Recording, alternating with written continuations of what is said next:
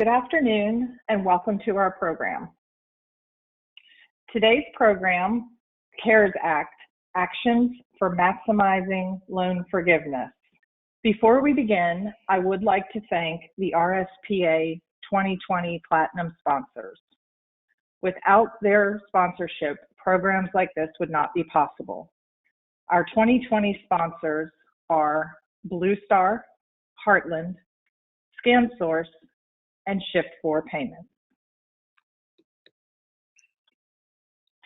Our agenda for today is introductions to our speakers. We will talk a little bit about guidelines for reopening businesses, and then we will talk about guidelines for loan forgiveness. And as I mentioned earlier, we will answer questions at the end of the program. Today, we will be hearing from Jim Kahrs, President of Prosperity Plus, as well as Bob Goldberg, RSPA's legal counsel. First up on the agenda is Bob. Bob, the floor is yours. Thank you so much, Kathy. And for everyone listening out there, we owe a great deal to the entire RSPA staff. John Kirk, Kathy, Jim Roddy, Chris Arnold, Ashley, I could go on, Marie, all who have done just a magnificent job to assure that you're getting the most current and updated information during this trying period. RSPA has really stepped up and the resources are available for you, so don't hesitate to take advantage of them. And when you do speak to one of the staff, give them a thank you. That would be great. We're going to start today with the reopening of your business. Now, most of you would just sit back and say, wait, I never closed. We're an essential business. But your business has changed. It's changed to the extent that you have remote workers. You may have technicians that are leaving and being dispatched from their home. You're going to be bringing people back to your business headquarters. And there are rules that you must follow in regard to doing that in the correct manner. So, I want to point out initially that the whole concern should be for your business is your safety of your workers, your customers, and your visitors. That is only secondary to the safety of yourself and your family. When you're about to reopen, it is essential that you appoint a point person. That person would be the one who would be in charge of answering the questions and making sure there are uniform responses and policies and procedures being implemented throughout your organization. If you have numerous people answering these questions, there's the opportunity for inconsistency, and in inconsistency comes problems. Then you must look at the applicable regulations. I'm here in Chicago, Illinois, outside in the suburb, but in Illinois, we have federal guidelines that we're responsible to comply with. We have state guidelines, which are restrictive. We have a stay-at-home order till the end of May. We have City of Chicago guidelines, and my little village I've lived in also has guidelines for when you go outside and things you do. So you must look at each of these and determine what's applicable to you and what you must comply with. And you must go with the most restrictive. The most restrictive guidelines and regulations are the ones that are going to guide you when you're bringing people back to your business. And also, in addition, there are federal laws that we talked about in the initial Kahrs Act webinar that you have to be concerned with. Those would be things that the CDC says, things that OSHA says in terms of a safe business environment, and what the Equal Employment Opportunity Commission says in terms of not discriminating against employees and bringing them back. So there's a whole puzzle, there's a whole spider web full of regulations that we must think about. So let's look at a few and help you through this process. Number one, before you open your business and bring people back, you must make certain that it's sanitized and cleanly. OSHA requires that you have a safe working environment for your employees. And in COVID-19, we have certain things that we should be doing, such as cleaning and disinfecting. Make sure that you have the proper things available at your headquarter location for your employees, both to disinfect and clean. Avoid what they call hoteling. So if everyone's using the same printer or copier, try to avoid that. Don't let multiple people use the same equipment. If you have an elevator, take caution in terms of preserving social distancing. And always have wipes available and disinfectant, latex gloves, those type of things for your employees. If you have a kitchen or lounge, think about how you're going to allow people to use it or even use it. Social distancing will be important, 6 foot away. Make sure that people don't congregate in there like we usually do in the morning when everyone's grabbing a cup of coffee. Look at your office layout as well. Make sure your office layout is socially distanced, that people are protected. This may require you to put shields up or give other type of assurances that will protect your workers when they come back. We had one office this week that they brought back everyone who had their own private office. They all closed their doors. They still communicate by phone, but they're all there in the same environment, making efficiency and operations more effective. Your bathrooms might have to be reconfigured to the extent if you have 3 sinks, perhaps the middle one's not used. Same if you have stalls or things of that nature. Look at the OSHA requirements. There's OSHA website. They have requirements for COVID-19 and look at them. We've looked at most of these and well, I'm reviewing them with you. You also need to consider what your employee work rules will be. Emphasize personal cleanliness. The whole thing in terms of what the federal government has done, they've issued guidelines, the opening up of America again, and their concerns were, working from home, homeschooling taking place, social distancing, and personal hygiene. And personal hygiene is one of those important things to reemphasize to your employees. Provide them with masks, provide them with gloves, provide them with hand sanitizers, provide them if necessary with any personal protection equipment. Now, you'll see, and I think it's probably posted by now, an RSPA article on mask and the requirements, both the N95 mask and the surgical mask. In my view, you should make masks available to your employees and they can use them voluntarily. There are reasons that you don't want to have them required unless there is a requirement issued by your state. In Illinois now, if you go outside your home, you have to have a mask on at all times if you come within 6 feet of another person. So look at that. But the rules are much more easy to comply with if it's a voluntary requirement as opposed to a mandatory. Reemphasize to your employees sneezing and coughing into your elbow. Limit meetings to 10 people. If you have a conference room, a display room, make sure that you limit the amount of people that can come in there.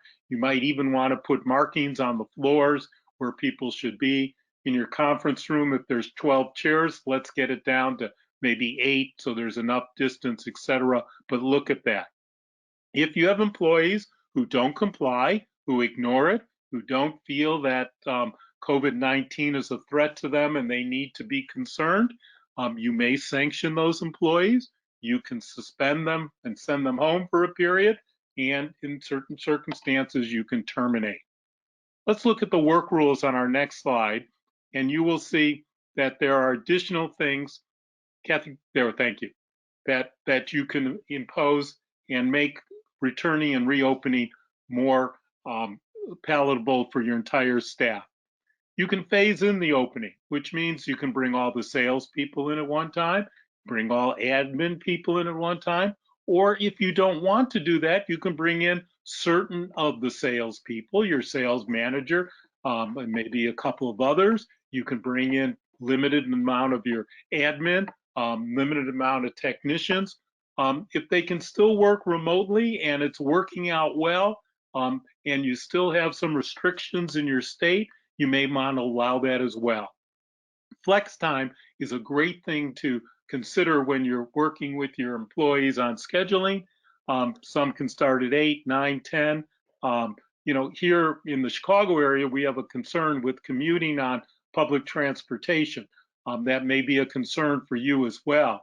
Your business may be sanitized and well equipped, but getting to work may be a problem. So you may have to make adjustments for that as well and make accommodations for your employees.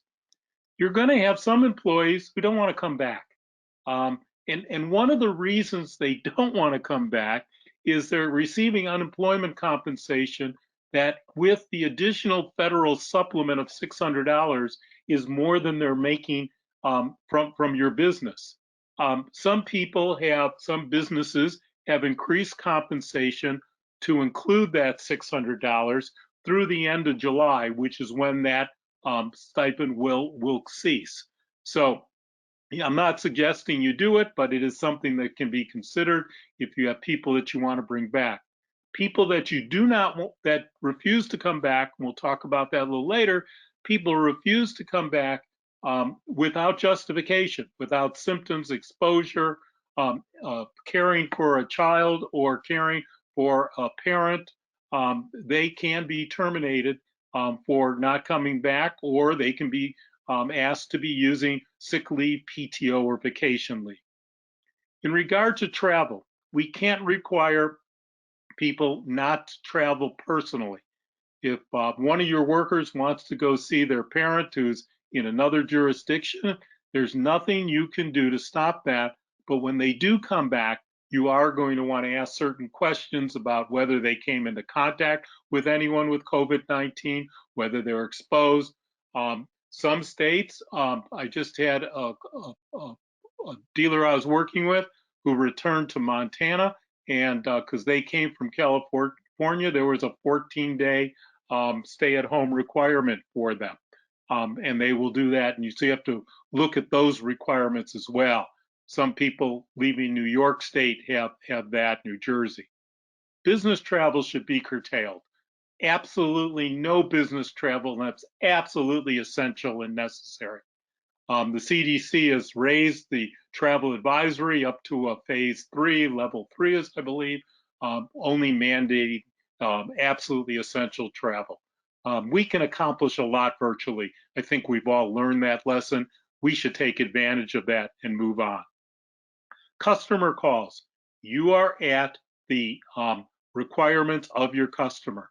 A customer can ask you if there's been a COVID-19 diagnosis at your business, if the person has been exposed, can take their temperature, can ask them to fill out a questionnaire. The customer can do anything in terms of their reasonable requirements to protect and assure that their business environment is a safe one. You can, in terms of your employees, take their temperatures. CDC has said if they're 100.4 or above, you have the right to send them home. That is symptomatic of perhaps having COVID-19. You can have daily questionnaires that ask about exposure, family members, etc., symptoms that they have, whether or not they have, and they've increased those symptoms now to include things like smelling, tasting, things like that seem to go. I even saw some doctors that were saying that our toes may change colors if we have the COVID. So look at the symptoms and look at the updates. As Jim Kahrs will share with you in a few minutes, and we'll be talking about, these rules change daily. Don't just be satisfied with what you learned 2 weeks ago. Try to keep up on these. You can ask your employees about contacts that they've had. In your business, you can impose one of those social distancing and contact apps that are available. So if one of your employees were to get COVID-19, you could determine everyone in your business who came in contact with them and should be notified. High-risk employees who want to stay home should be allowed to do that. People, over 65, cancer patients, people who are more vulnerable to COVID-19, those high-risk employees under the American with Disabilities, if you can, you should make reasonable accommodation for them to avoid being exposed to the disease. If you are taking temperatures, having questionnaires, you have to recall and make sure under the HIPAA laws that privacy, confidentiality, and separation of that information is maintained. Asking certain questions is permitted, but when you get answers that indicate there's a medical condition, it becomes protected medical information and should be kept separate and kept in a different folder and not disclosed to the other employees. You must disclose to an employee that one other employee got COVID-19, but you should not disclose which employee that was. Yeah, I know they're going to figure it out. They know that Bob just got ill and he's at home, but legally, you should not disclose those things when it's a medical condition. If an employee refuses screening, says they don't want to do it, and if it's not for religious basis, they can be sent home, and they can be required to use PTO, sick leave, or vacation leave. You can lay off that person, or they can take leave under the Family First Coronavirus Response Act. That kicks in after 10 days, and that can be used if they meet certain requirements. Can we move on one more, Kathy? Thank you. The final slide I want to review with you on reopening is just to, again, alert you to testing reliability is much like our testing for drugs. If you're doing drug testing in your business, sometimes you get false positives. So you should make sure that you're getting reliable testing. I suggest highly use a third party for your testing requirements. And if someone challenges it, you could retest. But if they challenge them, they should remain at home while there's a positive diagnosis and the retesting results come back. As I mentioned, testing refusal for health or religious objections are something that can, in fact, be upheld, and people can refuse on that basis, and the law will protect them for that decision. Business visitors to your business, again, we're talking the same things we were when you go see a customer. You can impose reasonable restrictions on your business, business visitors, people that are coming to see you. You can take temperatures, or you can forbid it totally, saying we're not receiving anyone at this point. Please contact Bob at this number, or we can have a virtual conversation, whatever you want to do. But recognize that, again, OSHA requires you to have a safe business environment, and therefore restricting business visitors can protect you and assure that you have that safe environment. We talked about the contact tracing, that we might see some of that come out federally. I think it was South Korea, Japan, Israel, a number of countries impose contact tracing and found that an effective means to curtail the curve and the spread of the virus. Train your employees regularly on these procedures, remind them of them, have a procedure in place where the training is used perhaps once a week, every 10 days, where you review what's expected, you hear their concerns, you address their concerns. You should review your employee policies. In fact, I would suggest sick leave, family leave may not be current now under the new conditions, that you should look at teleworking and remote working policies that you have, vacation leave, and reporting illness. Most of our reporting illness require a doctor's certification to come back. The CDC has asked us to forgo that. Doctors are busy enough at this time. And as I said, we should monitor daily for official updates. Opening Up America, in the 4 phases they have there, is updated, states are updated, and look at that. Now, somebody who's been updating these things on a very regular basis and has a very firm understanding of the Paycheck Protection Program, the Kahrs Act, the Family First Coronavirus Response Act, is someone I've had the pleasure to working with for many years, Jim Kahrs, president of Prosperity Plus. Jim has had the great distinction of helping dealers maximizing the value of their business and also being in a position to help them sell their business and recognize the gains they've gotten, as well as a constant coach with dealers as the best practices to follow. Jim's going to speak to us about the forgiveness, and then Jim and I will take questions on both of these subjects. Jim, please. Thank you, Bob. Yeah, so Kathy, we go to the next slide here. We'll talk about the loan forgiveness. And first off, I think it's important to understand that the responsibility for the accuracy of all of the data that you're supplying that was used first on the front end to determine what you received in that Paycheck Protection Program or that PPP loan, as well as all of the data that will be supplied in looking to get the forgiveness amount, the amount that you will not have to pay back. The accuracy of that data all lies squarely on the shoulders of the borrower or the applicant. And that's throughout the law, that the banks, are a facility to help get these monies into your hands, but that they're not certifying that they reviewed or anything, this data. Now, I will say this, one of the recent developments is that the SBA has stated that they, meaning the SBA, are going to do an audit of every PPP loan in excess of $2 million. But everything below that, they're not, as of today, now this could change, as of today, they're not auditing anything below that. And again, the certification that you make up front is certifying that the data you're going to provide is correct and accurate. There's been a lot of talk recently, and I'll just touch on this very briefly, about the certification is also made up front by you as the borrower, that the economic uncertainty makes the necessity of this loan there for you to support your ongoing operations. And there's been all sorts of different interpretations of, what's necessary and what's not necessary and what's uncertain.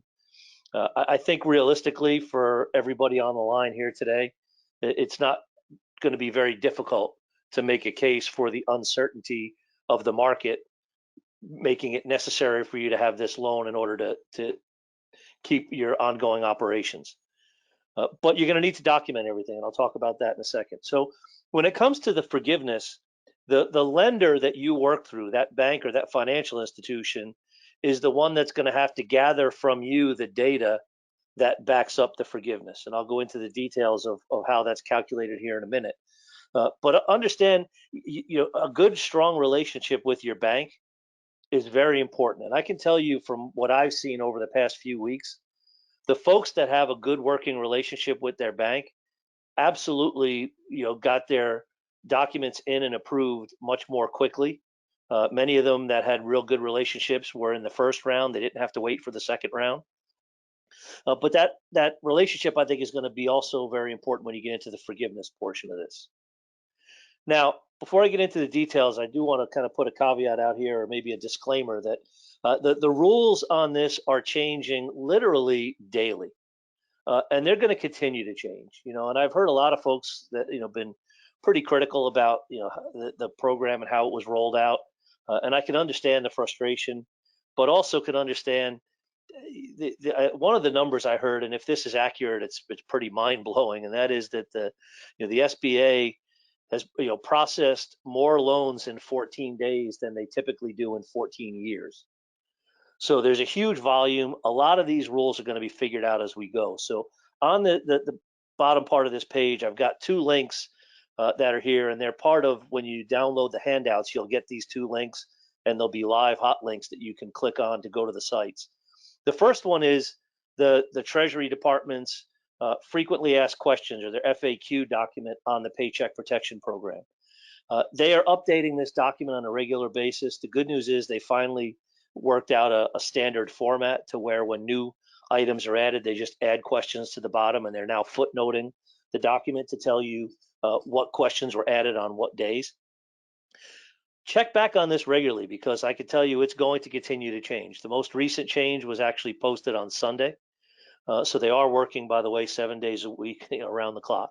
And then the other one is the link to what's called the interim final rule, which is additional guidance on the law or the bill itself that comes out. And the most recent one there is April 15th. But again, I expect that we're going to see a lot of changes. So please, for your own sake, monitor these changes, because one of the key things that was in the law itself in the section on forgiveness, which is section 1106 of the law.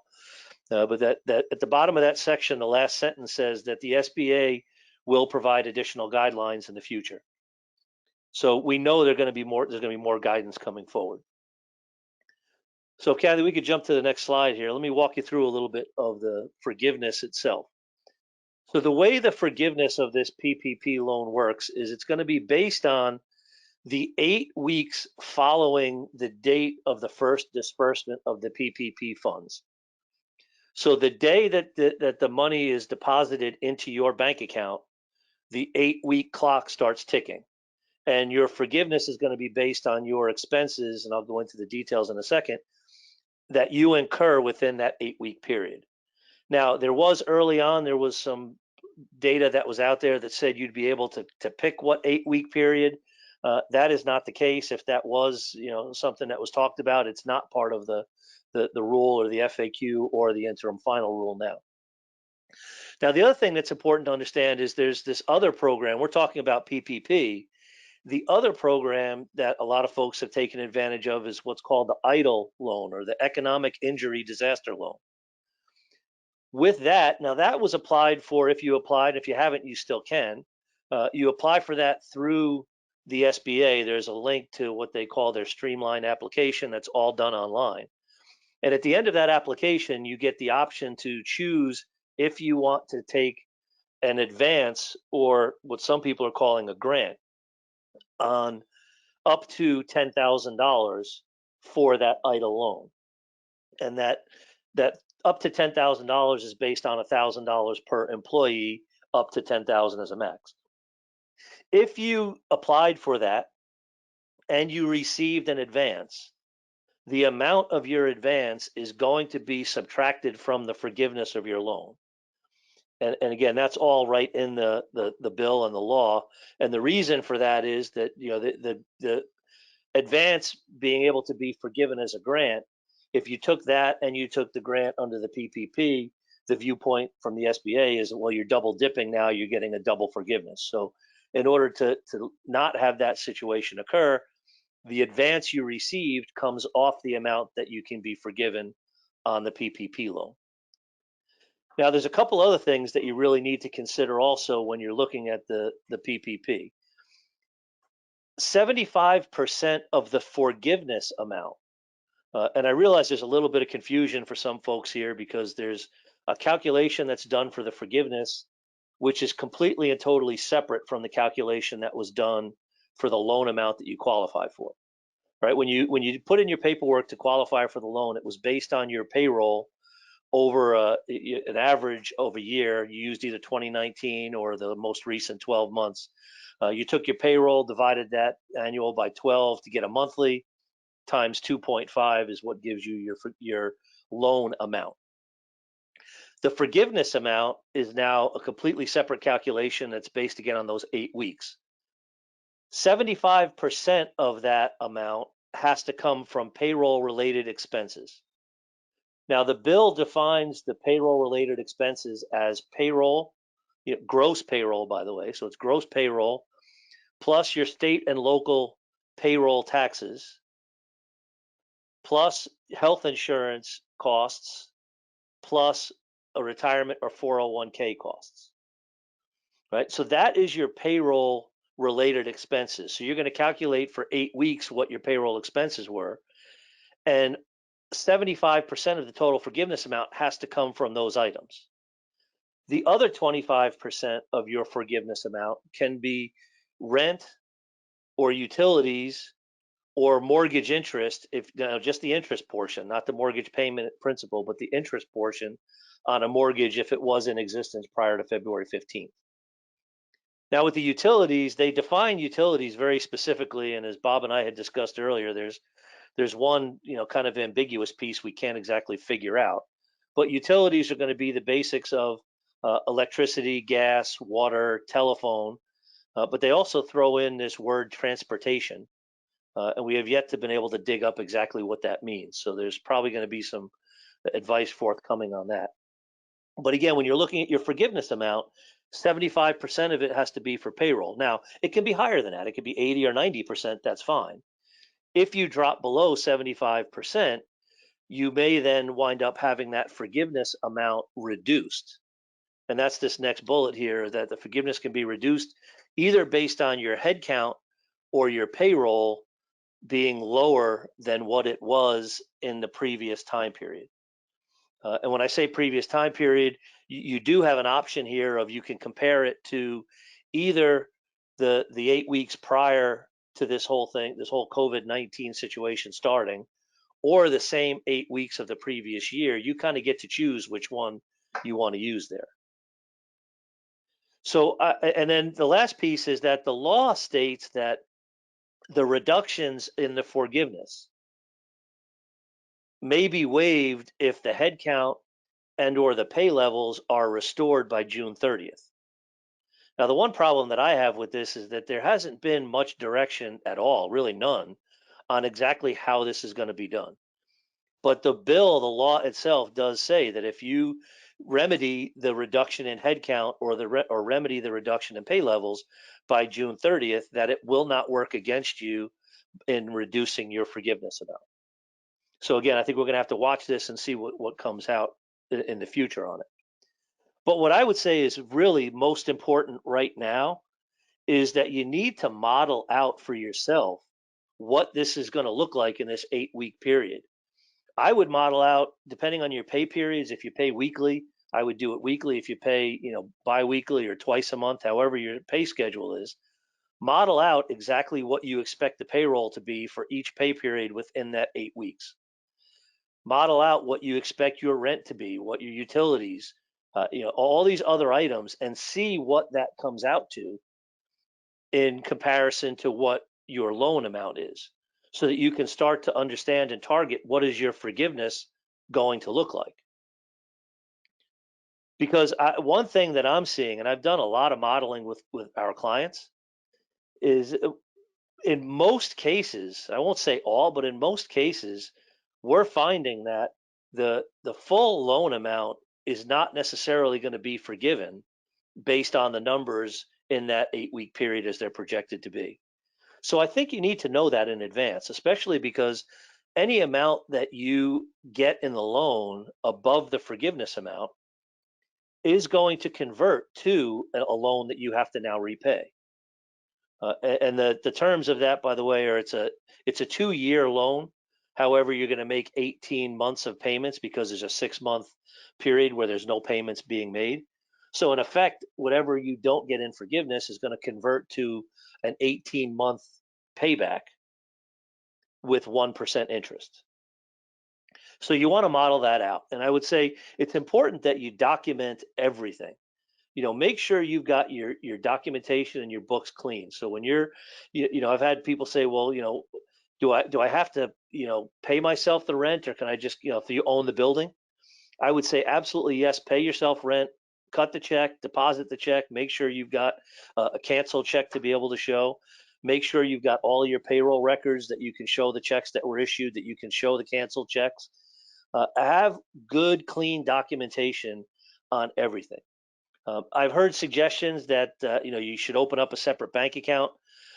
I can tell you from my viewpoint, in practice, I don't know how realistic that necessarily is, unless you're going to have that account and then just transfer money into your operating account where you're paying all your bills from. But if you want to, that's great. I mean, it certainly gives you another level of control. It also helps you kind of segregate how much money you spent specifically under this program and how much you didn't. But either way, you've got to document everything and make sure that you're consistent. And I would also suggest, don't go and change the way you're doing things. Don't change pay periods. Don't change payroll. We don't, again, have all of the guidance yet from the SBA to know what they're going to be expecting. And I've had, unfortunately, lots of folks look at this and, say, how can I play the system to work the system and maximize my benefit? My thought is these loopholes that we think of are probably going to be closed up in the next 8 weeks, but maybe not. So I guess it's a personal decision as to what you choose to do, but be prepared if you make some substantial comp changes, especially for owners or things like that. There's a chance that you may not be able to do that, or at least there may be some guidance that goes against that. So when it comes to the forgiveness, start building your documentation as early as possible. You're going to be, again, submitting the forgiveness to the bank or the financial institution that provided the loan for you. They're the ones who are going to have to review that data. Again, they're not certifying it, they're simply reviewing it. I've heard all kinds of stories of banks having all different requirements. They're kind of making up their own as they go. Be prepared if there's something comes from your bank that doesn't make sense. You may need to push back. You may want the actual data or the law or the bill itself to provide to show what the language is if you're being asked to do something or directed to do something that doesn't make any sense. But be prepared. There's one thing that's kind of interesting in the data on this, and that is that the banks are going to be able to apply to the SBA after 7 weeks of the program to start getting the funds back to them that they've put out in loans. So they're allowing, the SBA has said, banks, you can come to us with groups of these loans and your projection of what you believe the forgiveness will be over the 8-week period, and then we'll pay you based on that projection. So the banks, I have a feeling, are going to start asking for data earlier because they're going to want the money back from the SBA as quickly as they can get it. So do your documentation early, have it ready, have it in hand.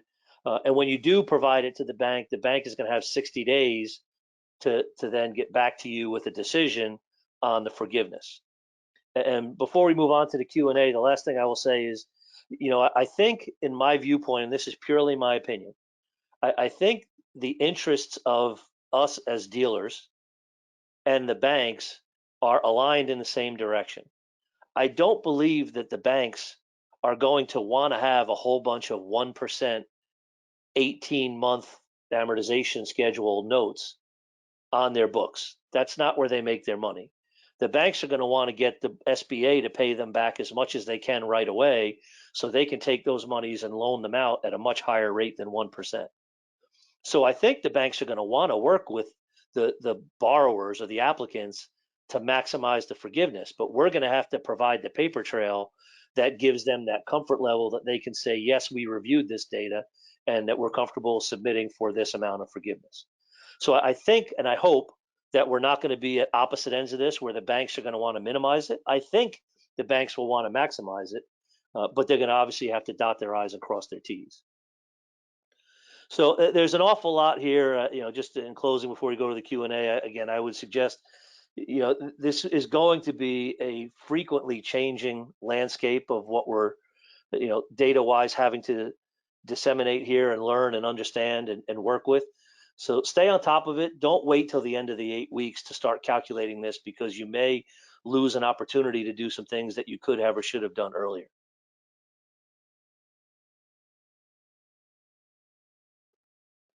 And with that, I guess I'll throw it, Kathy, back to you for the questions. Okay. We do have a number of questions that have come in. So I will start at the top. Bob, I believe this one's for you. Can you elaborate why we should not require masks to be worn? We have some customer groups that have required that we wear masks when on site. So we have adopted that rule across the board. There are rules that the CDC has put out and that deal with the requirements for masks. There are objections that employees can have to wearing masks. I think you're fine if your state requires them to be made available and worn when you're outside.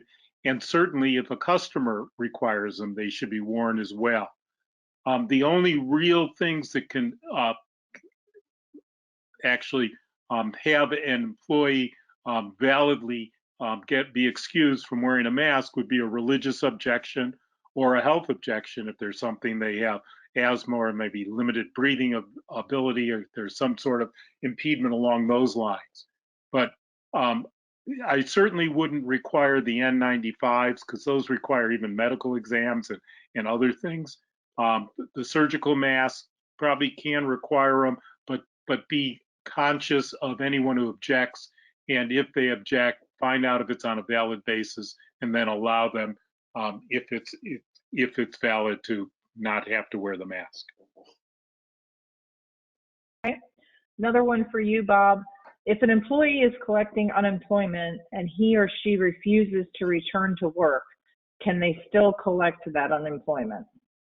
Well, it varies from state to state. Most states, the answer is no. They can't continue to.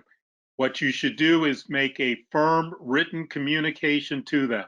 Bob, you are to start work again on May 6th. We're bringing you back in your same position at the same salary, same benefits, period. And then if the employee writes back and says, I do not want to come back, then basically say we accept your resignation, but they're not entitled to the unemployment because there was a job opportunity for them. You know, and if I could, Bob, real quick, piggyback on that one in relation to the PPP loan forgiveness, that actually is addressed in one of the items in the FAQ. There was a question asked of what happens if I ask an employee to come back and that employee refuses. They did give exactly what Bob just said of, you know, you should have a written offer to the employee that they're to return. And if they refuse to return and you document the fact that they refuse to return, then them not returning will not work against your forgiveness. Because remember that we've got these thresholds of dollars and headcount that we have to meet. So if you do offer for somebody to come back and they refuse to come back, then you don't lose your forgiveness. And by the way, the language in that also states that you know, there's a good chance too that they then, because they refuse to come back, will lose their unemployment benefits. Okay. Jim, this one's for you. Forgiveness, if you, or is it acceptable to run your last payroll early in order to have more payroll during the 8 weeks? There's no real guidance on that. My advice would be, I would not change any of my payroll dates. I think what would happen is, you know, I guess you got to look at the schedule of when your payrolls fall in. But because if you pay on a weekly or a biweekly, you know, every 2 weeks, then you should be fine. No matter what the 8-week period is, it's going to pick up. You know, if you pay biweekly, it's going to pick up 4 payrolls. Where I've seen some issues is if you've got folks that pay twice a month, that the schedule may not, in some cases, and it have to be very odd cases, but I've seen some where it doesn't pick up all 4 of those payrolls. So this goes back to the modeling. I would model it out to see, based on when you pay your payrolls, how they're going to fall into the 8-week window. And if it looks like you're going to have something that falls where you're only getting, say, 3 instead of 4, then I would say we probably need to then make a case with the bank that we need to work on a payroll accrual basis and calculate what the actual amount of payroll during those 8 weeks were, as opposed to when it was actually paid. But again, my advice, I would not change payroll dates or rent dates or anything like that, because I think if you do, you're potentially opening up a question from the bank in their review process of, wait a minute, this payroll should have been on this date. Why is it on this date? Yeah, there will be further explanation and help from SBA or Treasury on this. As Jim and I have discussed, the language in the bill is incurred and paid. And that seems to suggest both a cash and accrual basis. So they're going to have to come out on this. I think without any question, though, 8 weeks, you should get 56 days, you know, included in that period. So, you know, there might be some adjustment or calculations that will need to be made, but we're looking for further guidance on that. Okay, thank you. Can I add sales commissions and or bonuses to the payroll used to calculate the forgiveness? So you know, the definition of payroll items absolutely does include those, yes. So I don't see any reason why you couldn't or shouldn't add those in. I think, again, where we could, and this is just trying to speculate what could come out in the future, is if there's a situation where, you know, a bonus is paid purely as a way to increase the forgiveness amount. You know, the bank may look at that and say, wait a minute, you know, explain what is this. I've attended a bunch of different webinars. You know, it's been hours and hours of work trying to learn all this stuff. But I've attended a handful of webinars where there were local director from the SBA was on the line, and that question was posed. What if I, pay bonuses to people in order to just maximize the forgiveness? And his answer was that that no employee should get a quote windfall. That's not the spirit of what this program is. But again, that's a statement or an opinion from somebody that yes is an employee of the SBA, but I don't know that it's going to be how it's interpreted. So I think we're going to have to watch for guidance. But I would have in the back of my mind, if you're doing anything outside the norm, be prepared for the fact that it may not qualify if it's questioned later. Okay. I have already started receiving a loan payment invoice from the bank. How long can I defer that? Whoa, that's something that's quite unusual. First of all, there's a 6-month deferment on any loan that's not forgiven, on any amount that's not forgiven. So, and all expenses and fees and everything else are paid by the SBA. So that is a very unusual. I would question that strongly. What is this invoice for, and what's the basis? Because it's clearly premature. The only thing that it could be is that the loan does begin accruing interest as when the loan is dispersed. There's no payments that have to be made for the first 6 months, but it will be accruing interest for the entire term. You just don't have to pay any of that interest yet. So maybe the bank is just starting to cut invoices themselves so that they can accrue that interest on their books for now. But yeah, I haven't heard anybody that we've talked to that's already gotten an invoice. And you definitely per the write-up of the law, do not have to make any payments for 6 months.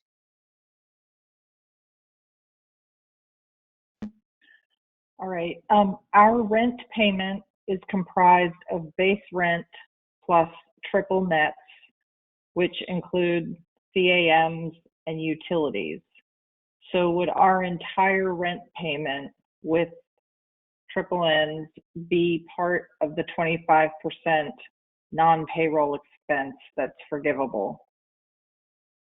Well, if you're paying it in the form of rent and the lease itself calls for that, the CAM, that common area maintenance, or the utilities are paid as part of the rent, and you're writing one check to a landlord that's covering all of that, I would imagine that you'll be fine with it, because CAM really is a rent item, and utilities are part of this anyway. So whether you're paying that utility to the landlord or you're paying it to the actual provider, I think either way it would be covered. To me, the only question mark here would be that common area maintenance charge. I don't know, Bob, what are your thoughts on that one? The other area I would be concerned about is real estate taxes. Those may be excluded, but I would take the full rent amount. One check to the landlord, here's our rent, here's our lease. Up on top here it says, $1,500 a month.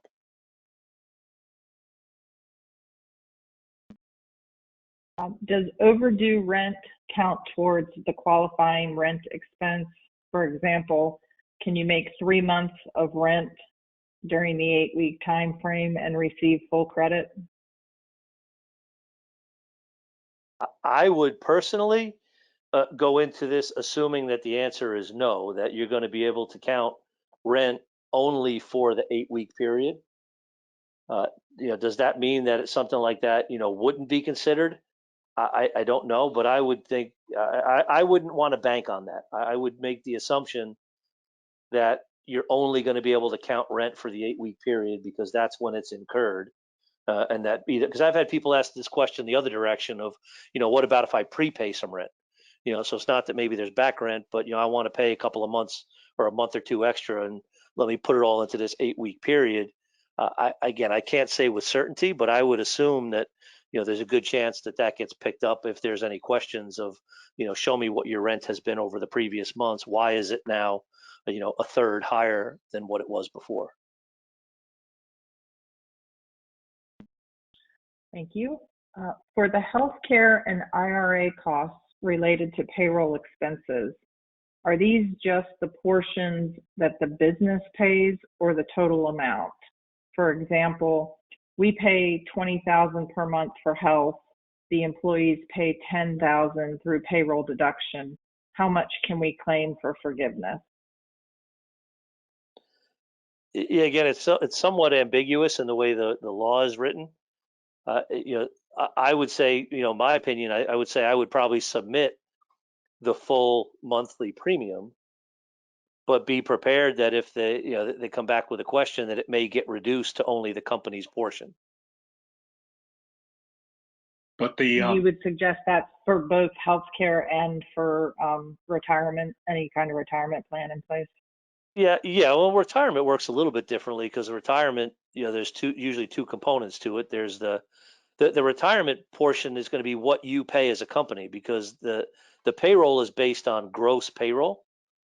So there is no reduction there for the retirement monies that the employee is paying.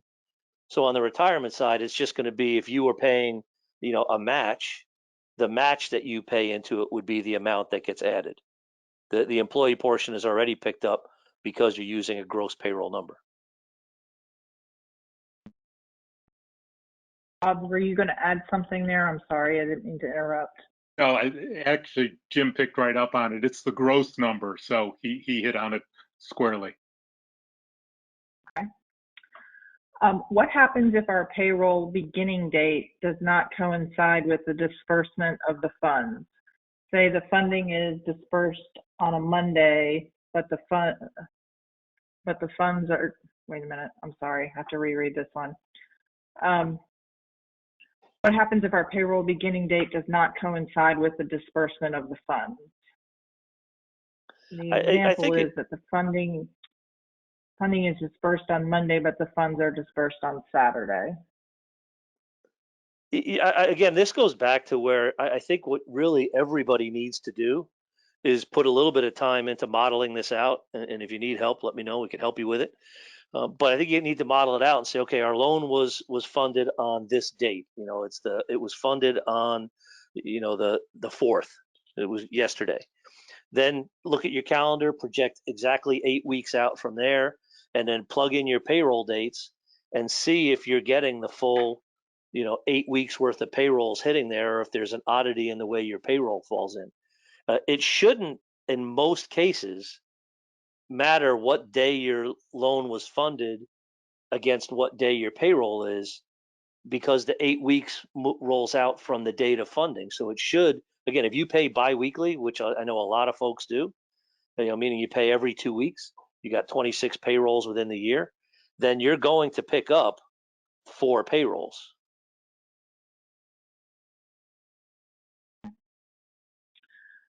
For utilities, some of the utilities are automatically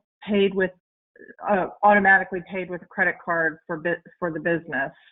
Do I need to cancel those and have it paid through my bank account where the PPP funds are deposited for easier record keeping? I wouldn't think so. Yeah, I mean, you could ask your bank, but I think, when it comes time to prove it, you're going to have your credit card statement that's going to show, that you got a utility paid to whoever that utility company is on the credit card and the date that it hit, and it's within the 8-week window. But, you could ask your bank, but I would imagine, it doesn't matter how you paid it as long as you could show you paid it. And that kind of goes back to the comment I made earlier of, some folks have recommended that you should open a separate bank account and only pay the expenses that you're going to look to get forgiveness from that separate account. And it sounds great in theory, but when you get into practice of actually doing it, this is a perfect example. We have it on a credit card, it's auto pay. Now do I have to go cancel my auto pay and use a separate account for 2 months and then go back to auto pay? Most banks that clients that we've had to talk to their banks have said, no, they're fine as long as you can provide us with the proof that it was paid. How should we account for part-time workers in calculating PPP forgiveness? Well, that's a great question, and it's actually it's addressed in one of the Number 36, sections. yeah. Yeah, there you go. It's addressed in the FAQ of, when it comes to forgiveness, the forgiveness headcount requirements are based on full-time equivalent. So you've got to do basically a calculation of the full-time equivalent of your employees. So if you've got, let's say you have 2 part-time employees that each work 20 hours a week, well, together they equal 1 full-time employee.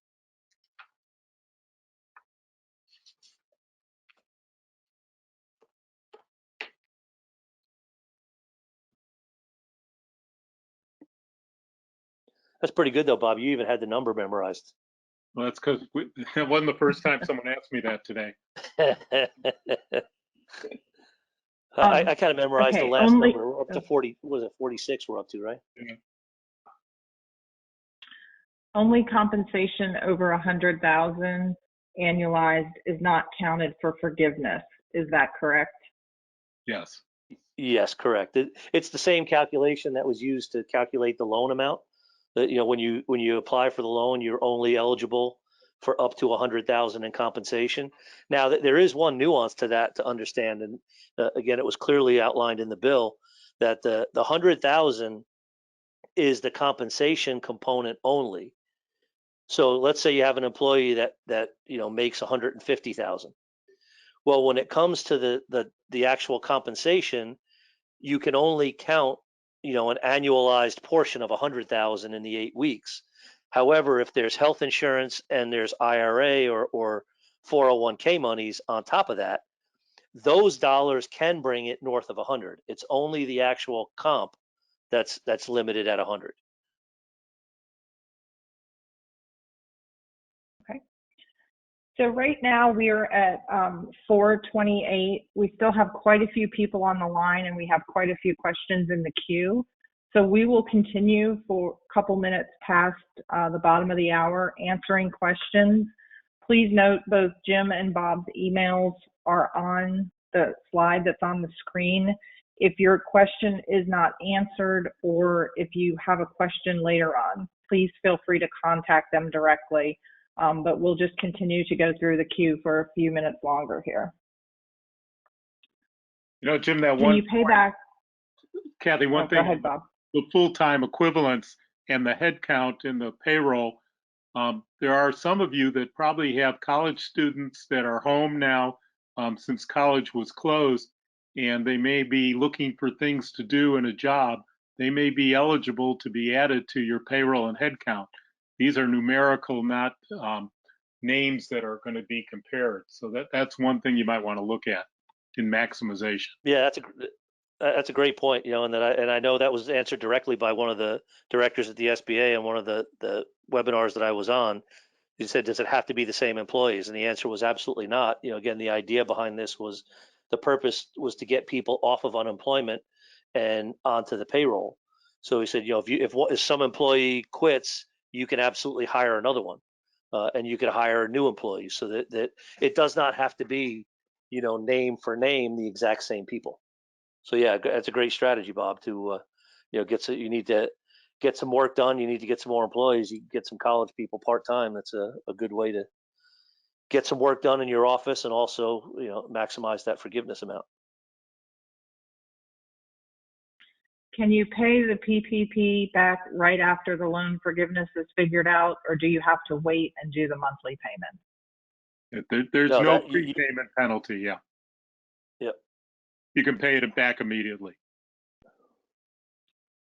What will the banks require for documentation? Actual statements from utility companies, P&L statements? The problem is there hasn't been specific direction. And I can tell you from what I've experienced so far, it's going to be wildly different from bank to bank in what they ask for. So I would say, be prepared with whatever documentation you can have. If you've got, I would want to have, copies of the utility invoices. I would want to have canceled checks. I'd want to have all that stuff entered in my system so that I could easily, run an income statement or a P&L at any point if I needed to, and, be armed with as much data and, source data as you can to answer any questions. Again, with the expectation that the bank is likely going to be on your side and looking to maximize this forgiveness. But we're still waiting on more direction. We just don't know yet, and I think there's going to be. I don't think too much attention has yet turned to the forgiveness process, and as it does, I think you're going to see this FAQ document is going to start getting substantially bigger day by day as different questions are posed and loopholes are found and closed. An additional document you should have ready is your lease. Some of you may be renting from a partnership that you're perhaps the owners of the business have that leases the building to the business. You should have a lease that should be dated from the date of inception when this relationship began, and have the monthly rental in there. We feel pretty strongly they'll be asking for a lease document. Yeah, I would agree with that completely.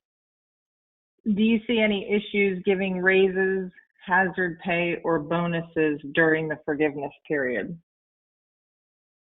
But one of the things I pointed out earlier, that some people as an incentive were adding $600 to people who are making more with unemployment. But you got to sort of balance that along with what the SBA has said, that it shouldn't be a windfall. So if you do give increases or hazard pay or incentive to come back, document it. We increased Bob by $150 a week in order to recognize the added exposure and risk that he was experiencing and his concerns. Just have a documentation for it, so it's not like a windfall that you're merely utilizing to maximize your forgiveness. And I wouldn't be surprised. I wouldn't be surprised if we see, if it's viewed differently from when it's an employee versus when it's the owner of the business. And again, I don't have anything to base that on other than just gut instinct of, what's going to happen here. But, if all of a sudden the owner of the business got a huge raise, I could see where there might be something where that gets questioned later. But yet, if it's your employees, I don't see how anybody can make an argument that you're not allowed to pay your employees more. That was the whole purpose of this program, was to keep employees on the payroll and not collecting unemployment. With employees working from home during the 8-week period, can we reimburse them with PPP monies for phone, internet, and will that be forgiven?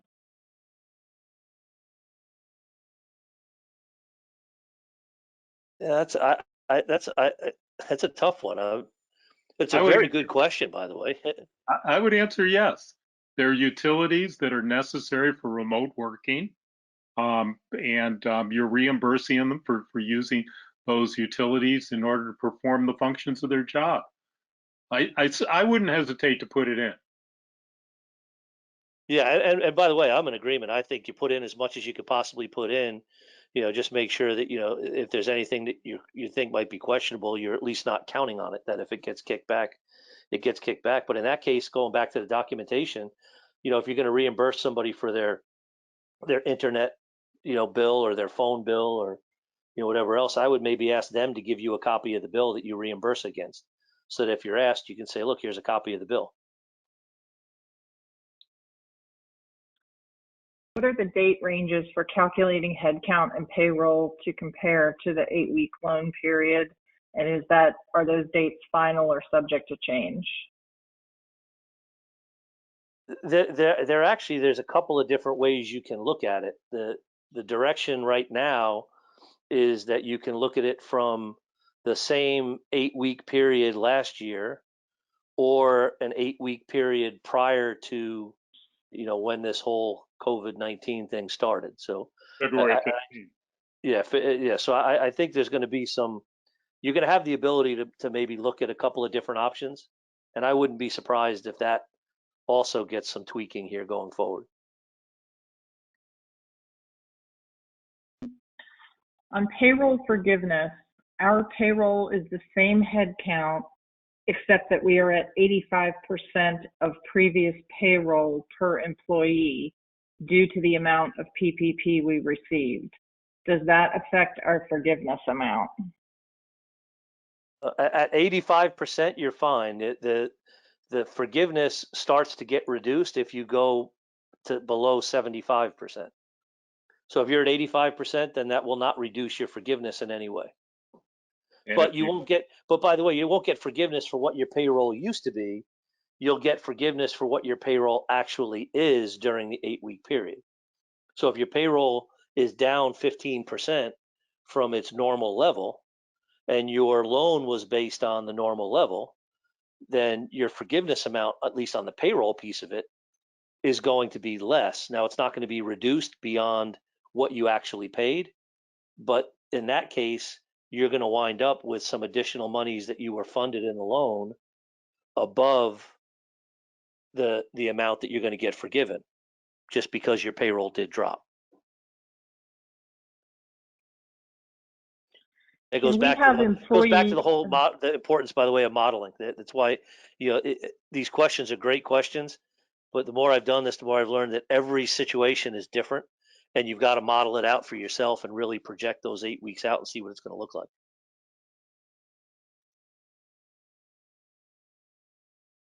Can we have employees perform other duties along with their original duties? For example, cleaning, painting, etc. you could have them do the cleaning. I have no problem with that.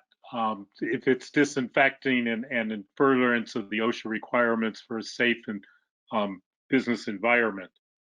Painting, I'm having difficulty with that one.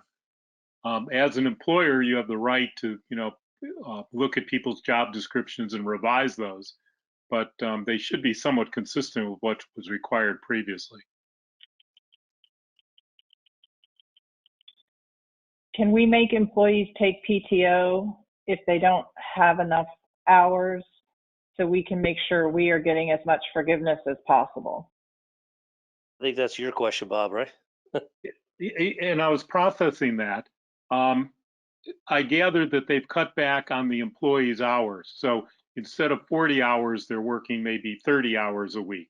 They can require the PTO for that time they're not working. They're also might be eligible in most states for unemployment for that amount of work that they're not working. Some of them, it doesn't have to be 100% termination or layoff. So yes, I believe you could use PTO for that purpose and have that then added to your forgiveness amount for payroll. Okay. Is the EIDL advance subject to forgiveness or required to be paid back?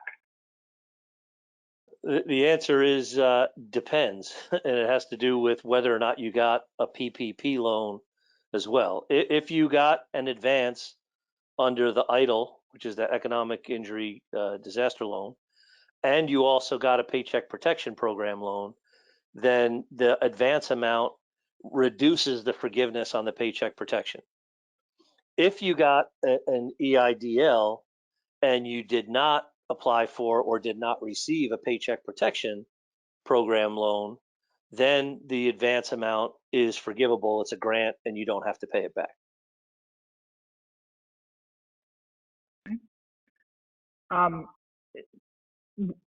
What if you have 5 payroll runs that fall within those 8 weeks? To me, that goes back to you just pay on your regular schedule. If 5 fall in, then 5 fall in, and that's what I would be submitting to the bank. If that's your regular payroll schedule and that just happens to be how it falls in, then to me, I would submit it. Okay. Can temporary help workers still be counted in head count and payroll calculations? Well, originally they said no. Actually, no, originally they said yes. Now I think they're saying no in terms of temp workers. Jim, have you seen anything on it? That there are those rules they've spoken about where you have a payroll company paying, your rent employees, but that I've read differently than a temp employee. Yeah, I mean, I think if it's a temp employee and you're paying a temp agency instead of the employee, I think it's going to be very difficult to get that counted into the forgiveness because it doesn't meet any of the guidelines or any of the definitions. However, as kind of a side note, if you go out and you hire somebody that you're going to have them on board for a few weeks, like Bob, suggested with you got a bunch of college students that are home now, and you want to have hire them to come in and do some work. There is no requirement of having to retain people after the 8 weeks. That was one of the questions that was asked directly to the SBA director on one of the calls I was on. They said, well, how long do I have to keep these people after the 8 weeks? And he says, look, you don't have to keep them at all. The 8 weeks stands by itself. And, if it turns out later, the question was posed, what if things aren't as strong as I thought they were going to be, and I have to lay somebody off after? It says, once you're outside the 8-week window, there is no look back or repercussions to say, hey, wait a minute, you didn't keep these people. So if you need to temporarily hire somebody, and then after the 8 weeks, you realize I don't need all this headcount, then you're free to do whatever you need to do. And as a corollary to that answer, if by June 30th, 2020, you increase your headcount back to the number that you had that you needed, those will count. Those will add to the forgiveness. And finally, by the way, any college kids can paint. No problem there. Does that mean they have the ability to paint, or just you can make them paint? Can make them paint. All right, I think we've got time for maybe 2 or 3 more questions. If we had to reduce salaries and now received PPP, can we use the PPP funds to provide employees back through bonuses or some other manner? I mean, you mean to bring? The idea is to use the PPP funds to actually bring the employees back. So if they're, I'm guessing that they had to cut salaries prior to receiving the PPP, and now the question is, can they use the PPP to catch the employees up? Yeah, I think, well, certainly you could use the PPP to restore them back to the level that they were at previously during the 8 weeks. Yeah, and I don't think you could get any pushback on restoring them, because that's, again, the purpose of this program is if you had somebody that was partially furloughed, maybe you cut them back to 50% or something like that. The purpose of the program is get them back to their full payroll. So I think you could, beginning at the start of the 8 weeks, bring them back to what their level was. I don't know if you're going to be able to take monies you owe them back dollars and then bring them above that level. That's one of those things that, you could put it in there and do it. You just don't know right now if it's going to be counted on the back end or not. So you may not get the benefit of it. And I think, unfortunately, those are some of the decisions that are going to have to be made, is that, do I, not knowing if I'm going to get forgiveness for this item or that item, do I pay it in hopes that I get forgiveness, or do I not pay it because if I don't get forgiveness, I don't want to put that money out? And there's probably some calculated risks, or decisions that are going to have to be made along the way here to decide what things you want to put in there. But I would say certainly restoring them to what their pay was is absolutely something that I would, that can be done. And that's, again, the purpose of the program. Okay. We'll take one more question. And I do know we have quite a few questions that we have not been able to get to. I would remind you that both Jim and Bob's email are on the screen. In addition to that, don't forget to download the handout, which is the slide presentation. And Jim had included some links in his slides to some useful reference pages that could probably help answer some of these questions as well. So the last question is, what happens if an employee quits and you can't find someone to replace them before June 30th? Well, I mean, if you got somebody that quits and you can't find a replacement, then it's going to count against you on the head count and the dollars. But remember, you've got a 75% threshold. You do have the ability, your head count, numbers as far as the quantity of full-time equivalent employees or the payroll that you're paying each employee can come down by 25%, and you're still allowable the full forgiveness.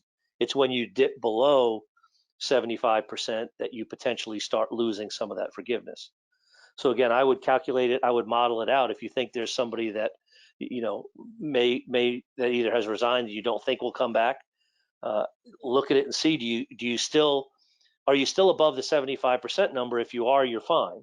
If it drops you below that, then I would probably be, a little more aggressive in getting somebody on board, or maybe a little more willing to take somebody that maybe isn't the perfect fit just yet to, see if they could turn into that. But again, if you calculate it out too, you might find that you might not get the full forgiveness, but from a business standpoint, these are some of the tough decisions that are going to have to be made.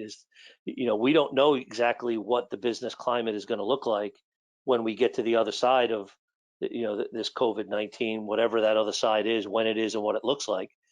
And some folks are going to realize, I think, that they're not going to come back to the same headcount they were beforehand. And if it was me, and this is just a piece of advice, I wouldn't bring somebody back for the 8-week period if I knew that at the end of the 8-week period I'm just going to lay them off again. If they were furloughed or laid off, and I'm pretty sure that I'm not going to need them, or I'm certain I'm not going to need them again after the 8-week period, personally, I wouldn't bring them back to put them through the trauma of a rehire than a re-layoff. The fact that you're not paying them means your payroll expenditure is down, which will reduce some of your forgiveness, but you can model it out to see that maybe you're really not losing much, if anything, on the forgiveness, and you're able to come out of it with your business model where it should be headcount wise, and not in a position where you're either letting somebody go or you're too heavy on employees and you start accumulating losses now at the back end of the 8 weeks. Okay. Thank you, Well, Kathy. Bob and Jim, thank you both very much for all of the insight today. Thank you to all the attendees for your questions. And again, if you still have questions or need assistance, feel free to reach out to Jim and Bob directly at the emails on the screen. And on behalf of the RSPA, thank you for attending today. Yeah, thank you, Kathy. Thanks, Bob. Thanks. Take care, Jim. Thanks, everybody.